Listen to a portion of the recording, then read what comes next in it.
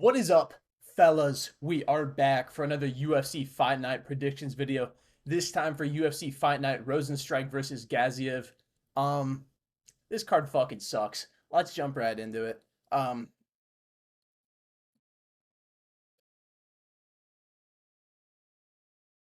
Kicking us off at bantamweight, Vinicius Oliveira versus Bernardo Sopaj. Um, I'm gonna be going with Vinicius Oliveira here over Bernardo Sopaj. But I think Sopaj is a good opponent. I think he's really skilled. Generally, he's a young guy, 23, but I think he's a little bit smaller. Has Vinicius Oliveira, I believe, has about I want to say like he's got like 19 wins and like 14 knockouts. Like this guy is a guy with a lot of power in his hands who's very dangerous. And I think this is a tough matchup for Bernardo Sopaj. Vinicius Oliveira KO'd a pretty good guy on the Contender Series in the first round. And I think he's just going to keep riding the momentum that he has for himself. And I think he's going to get himself a TKO over the young Bernardo Sopaj. Moving up to lightweight. Maybe. Maybe we're moving up to lightweight. There we go. Ludovic Klein versus AJ Cunningham. I'm gonna go with Ludovic Klein, man. I think AJ Cunningham's pretty bad. Yeah, his last win's a guy who's 8-10. And Ludovic Klein is actually good. I'm kind of bummed out though that Ludovic Klein also, I think he maybe should have lost to Jai Herbert in my opinion, but I'm bummed that Ludovic Klein's matchup with Joel Alvarez got canceled on this card. That would have helped this card out a lot. But yeah, I'm going with Ludovic Klein.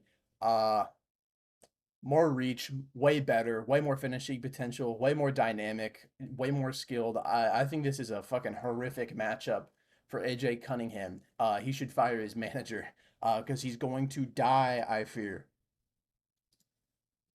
Moving up to middleweight at 185, Christian Leroy Duncan versus Claudio Ribeiro. Um, I'm interested to see how Christian Leroy Duncan approaches this fight. I'm gonna be picking Christian Leroy Duncan over Claudio Ribeiro. I think Claudio Ribeiro is okay just simply because he's got finishing potential. He's got good power in his hands. While with Roman Kopylov, he's a dangerous guy, but like that's about it. I think his best path to victory over Duncan would be to potentially grapple, but I don't think he could take Christian Leroy Duncan down at all. I think he's going to have a really hard time finding his shots on the feet. And I pretty much am just giving Claudio Ribeiro a puncher's chance of winning this fight, which can happen, obviously, but I just don't really see it. I think Christian Leroy Duncan is too good of a kickboxer and he's too elusive for Claudio Ribeiro. And I also don't think Claudio Ribeiro has really dealt with somebody who has longer reach than him. I think he's going to get or be a little surprised when he starts getting hit at range by Christian Leroy Duncan. I don't think he's going to be able to find a way in on him, whether it be with the grappling or the striking. I think Christian Leroy Duncan is going to coast to a decision here, probably like 30-27, maybe 29-28 if Claudio Ribeiro finds a big shot at some point. But I think he's going to have a hard time doing that, in my opinion. Moving up to 155, Loic Radzhabov versus Abdul Karim Al Sawadi. Um, when I first saw this fight, it has slipped my mind who Abdul Al Sawadi was, and then I remembered this guy is the fucking Fallout 3 super mutant who beat George Hardwick on the Contender Series as like a plus 300 dog. I was like, oh, that's why he's the favorite over Loic Radzhabov. Um, Loic Radzhabov is a decent fighter, but I mean, this dude is a freak, Al Sawadi. He is a ball of testosterone and muscle, and he is very dynamic. He's got good grappling. His striking is good too. He can kickbox at range. He can fight on the inside. I think this guy's really quite good. And Loic Radzhabov lately has not really looked that great. He got KO'd very quickly by Mateus Rebecki. That'll happen. Uh, Rosh Manafino, 2 years ago, who cares? But since then, his win, Zach Zane, 15-9 guy, terrible opposition. His best win is Esteban Ribovic, which I think is a pretty good win. But outside of that, I just feel like Loic Radzhabov's a little too open on the feet. And I think Al-Sawadi is just going to be able to beat Radzhabov wherever this fight goes. I think if they grapple, Al-Sawadi will be able to take him down. I think if they strike, I think Al-Sawadi will be able to leg kick him, work his kicks, get on the inside, land big shots. I don't think this is a good matchup for Loic Radzhabov. So I'm going to go with Abdul Karim Al-Sawadi. God, that is fucking hard to say. I think he might get himself. How many submissions does this guy have? I kind of feel like he could submit Loic Radzhabov in like the later rounds. Hmm, maybe not. I think I'm gonna go with Abdul Karim Al Sawadi. I think he's gonna get himself a decision win over Loic Radzhabov here. Moving up to 135, Javid Basharat versus Ayman Zahabi. Um, do we really need to talk about this one, fellas? I think I'm going to go with Javid Basharat. I think he's better than Ayman Zahabi literally everywhere. Zahabi is not exactly the worst fighter in the world, so him being plus 500, I feel like is a little insulting. But I mean, I just think Javid Basharat's going to show him levels in this fight. Javid Basharat is still a prospect that I think is really good. Solid striking, great grappling, good cardio, good pace, good distance management. Ah, and Ayman Zahabi, I mean, he's 36. He beat Arichi Lang. Who cares? Then he beat Ricky Tercios. Who cares? Uh, yeah, I'm gonna go with Javid Basher. I think he's gonna get himself a submission win over Ayman Zahabi here, and maybe like the second or third round. Oh, this is a funny fight. This is funny. I think this is kind of funny, you guys. Moving up to middleweight, Eric Anders versus Jamie Pickett. Ass versus ass. That's awesome. Damn, 3 wins out of the last 10 fights combined for these fellas. These guys belong in the UFC, don't they? Oh my God, Eric Anders is almost a minus 500 in 2024. That is fucking crazy. I'm gonna go with Eric Anders. Jamie Pickett fucking sucks. Clearly. Eric Anders also sucks, but Eric Anders, I mean, who are we losing to? Jung Young Park, Andre Muniz, Marc-Andre Barriol. These are like okay guys. Like these are like good fighters. These 3 losses. Jamie Pickett, we're losing to Josh Fremd. We're losing to Dennis Tululin and Kyle Dawkins. Yeah, I've seen enough. I'm gonna go with Eric Anders. Uh, does he finish Jamie Pickett? I don't know. Does Eric Anders finish anybody?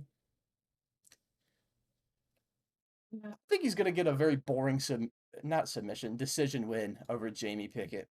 It's an absolute snooze fest, and we cut them both from the UFC.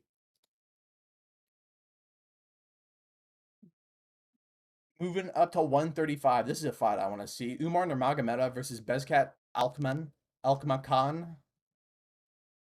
16-0 versus 17-1. This Bezat guy, Bekzat guy, he's not bad. I don't think this guy's very bad, but he's plus 725. Like you look at the guys he's beating here, these records are not bad. Like these are decent regional records for this kid. He just had the unfortunate draw of Umar Nurmagomedov in his UFC debut. I just think Umar Nurmagomedov is just going to be able to outmuscle this kid and submit him pretty easily. Umar's a tank, man. He is an absolute tank at bantamweight. He's got really good striking. He's got really great grappling, and I think he's just a level above Bezkat Alkmakan. Uh, but he's young. You know, he's a young kid. He's 26. I think this guy's going to get a lot better in the UFC. I just think he's had an unfortunate draw with Umar Nurmagomedov. I think Umar Nurmagomedov is going to be able to take down Bezkat Alkmakan pretty easily. I think he's just going to find himself like a rear naked choke and submit him in like rounds 1 or 2, in my opinion. I just think this is an unfortunate matchup for Bezkat. Moving up to a flyweight, Matt Schnell versus Steve Urseg. Am I crazy or is this card like, I just feel kind of like easy to pick? I don't know. I'm going Steve Urseg just because Matt Schnell he's got no durability at all, man. He hasn't looked great in his last few fights. I think he's been strangled twice. No, he got TKO by Mateus Nicolau. beat Sumo Darji, but in that fight he got dropped like fucking 5 times and was unconscious basically the entire time. I can't trust the durability of Matt Schnell in this fight over Steve Urseg. Steve Urseg isn't a guy with a ton of finishing potential, but I just feel like his level is higher. Like he's beating David Dvorak and Alessandro Costa back to back decisions.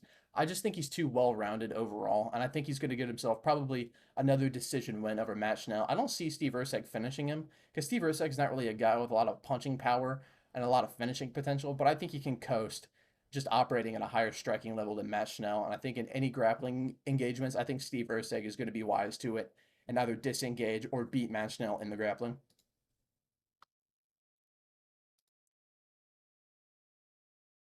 Keeping it at flyweight, Alex Perez versus Muhammad Makayev. Uh, is this fight even going to happen? Is Alex Perez even going to show up? I really don't know. But I'm going to go with Muhammad Makayev just because I haven't seen anything out of Alex Perez in like the last 2 fucking years.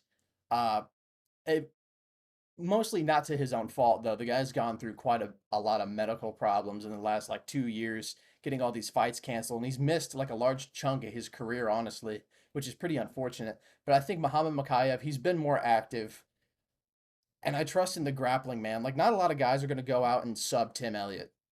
Not a lot of guys are doing that. The record's deceiving, but Tim Elliott's a lethal guy on the ground.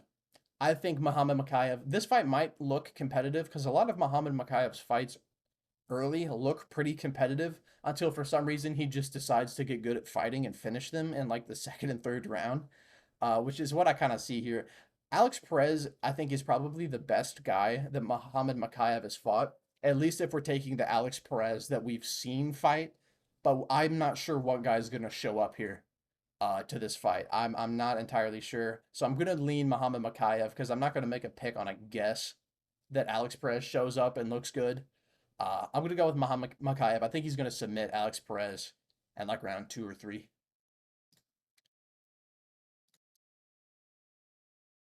Moving up to the co-main event at 205, Vitor Petrino versus Tyson Pedro. I'm actually not sold on this one. Uh, they have Vitor Petrino as a minus 300 here. I almost want to go with Tyson Pedro. Tyson Pedro looked really good in his last fight. His striking looked much improved, in my opinion. But I worry that Tyson Pedro still only has 1 round of cardio. And if that is the case, Vitor Petrino is going to kill him if it gets out of the first round. But I can also see a world where Tyson Pedro can get Vitor Petrino out of there in the first round.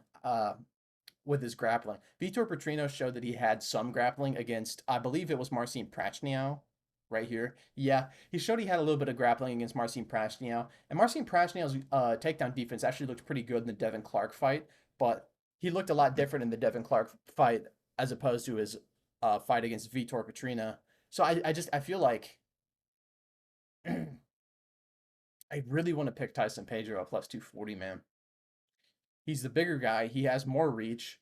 He still has power in his hands. His striking looks much improved, and I don't think Vitor Petrino's striking is all that good. I think he's just an absolute mutant freak. Uh, but that's the thing. If you're a mutant freak, you can just kind of not be very good and just scalp people because you're a mutant freak.